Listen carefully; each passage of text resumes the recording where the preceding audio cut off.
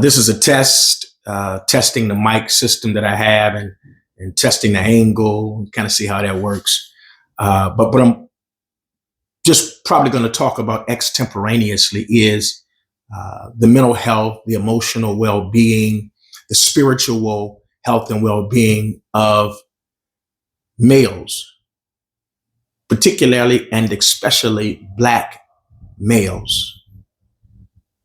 And this kind of not developed, but this, I had an epiphany. Let me just say it that way. I had an epiphany, another epiphany moment about 2 weeks ago. It's at a service station, gas station, regular routine. You pull up and brothers, respectfully, OG, Unc, sir, you kind of get to a certain stage in life, and that's kind of the terms that are used as terms of endearment and affection in our community. So they ask, can I pump your gas? Right? Depending on if the weather is inclement, maybe it's to clean your windows.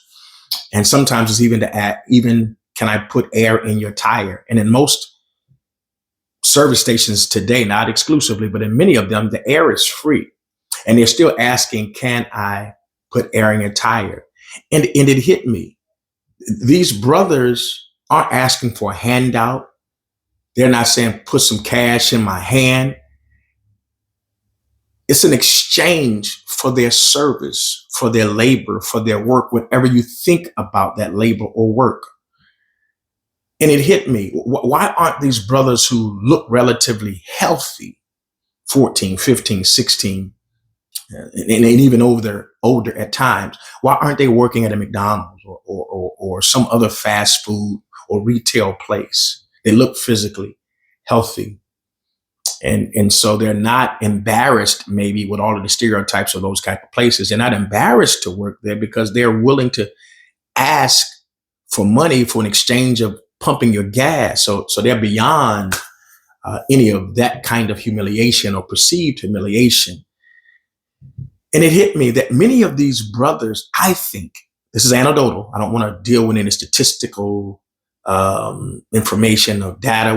We can talk about that, but this is more anecdotal because most of you probably have experienced this, witnessed this, or you've probably thought about it yourself.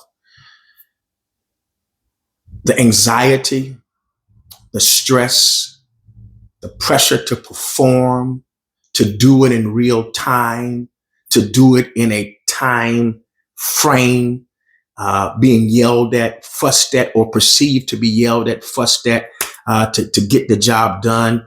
Maybe the line is backed up, and all of those things, coupled with being in a system, no excuses, just an explanation, coupled with being in a system where they're already misunderstood, misappropriated, and misrepresented. That kind of pressure, along with perhaps some structures and systems at home that may not be as stable, all could contribute to this.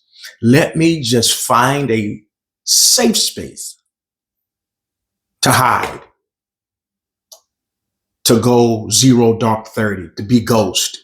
And so these brothers are asking with faces covered up, masks, hoodies on their head. And so you can't really engage their eyes, that you can't really connect with their soul because they're hiding, but they're real needs that need to be addressed. And so they're asking to do something in exchange for their service, however menial it may seem. It was heartbreaking. And what are we doing? I don't know. And I'm not excusing not working for a 5-hour, 9 to 5. I'm not excusing that. I'm not excusing the brothers who do work and then leave because they feel like they're coming after me. They out to get me. They always coming at me. I'm not excusing not being able to take constructive criticism, not being able to be consistent and intentional and showing up on time, being responsible. I'm not excusing any of that.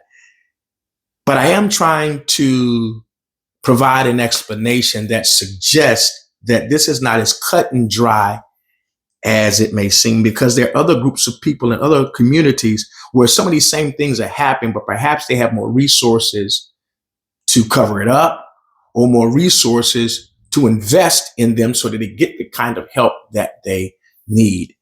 And on the flip side of that, maybe they come from a structured family in a pretty decent environment, but the shame from their parents or parent that here I am, educated on some level, pretty decent job, and here's how my child is functioning. And so they don't get help because of the shame from a family that appears to be stable. It's a tough road, man. That is what, cheap plug, led me to write the journal. And so if you can say a journal is writing,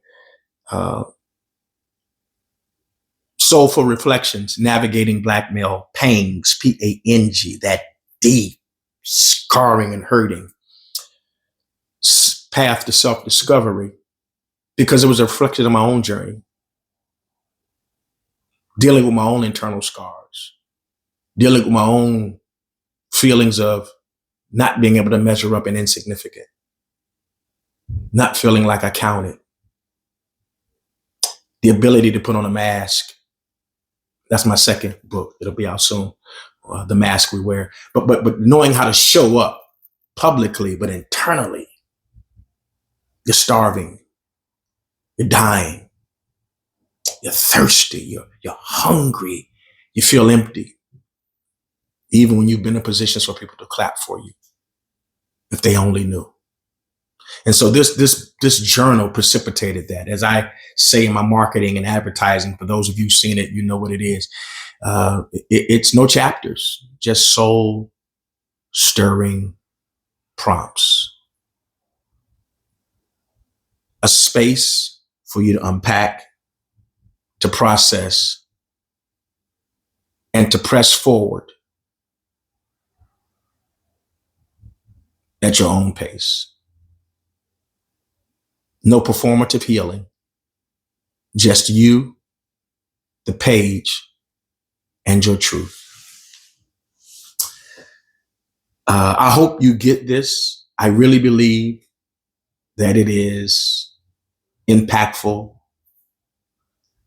I believe that it has the ability to provide an individual or group of individuals the kind of space that they need to navigate, negotiate their truths with the God of their understanding.